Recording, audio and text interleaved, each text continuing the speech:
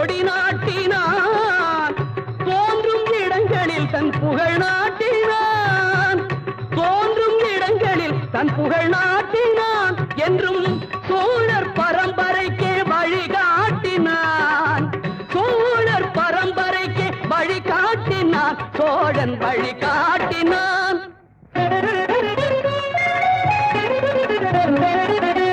ஆக கலைகள் பல நிலைநாட்டினான். தமிழாயும் அறிஞருக்கு சபை கூட்டினான். கன்னி தமிழாயும் அறிஞருக்கு சபை கூட்டினான்.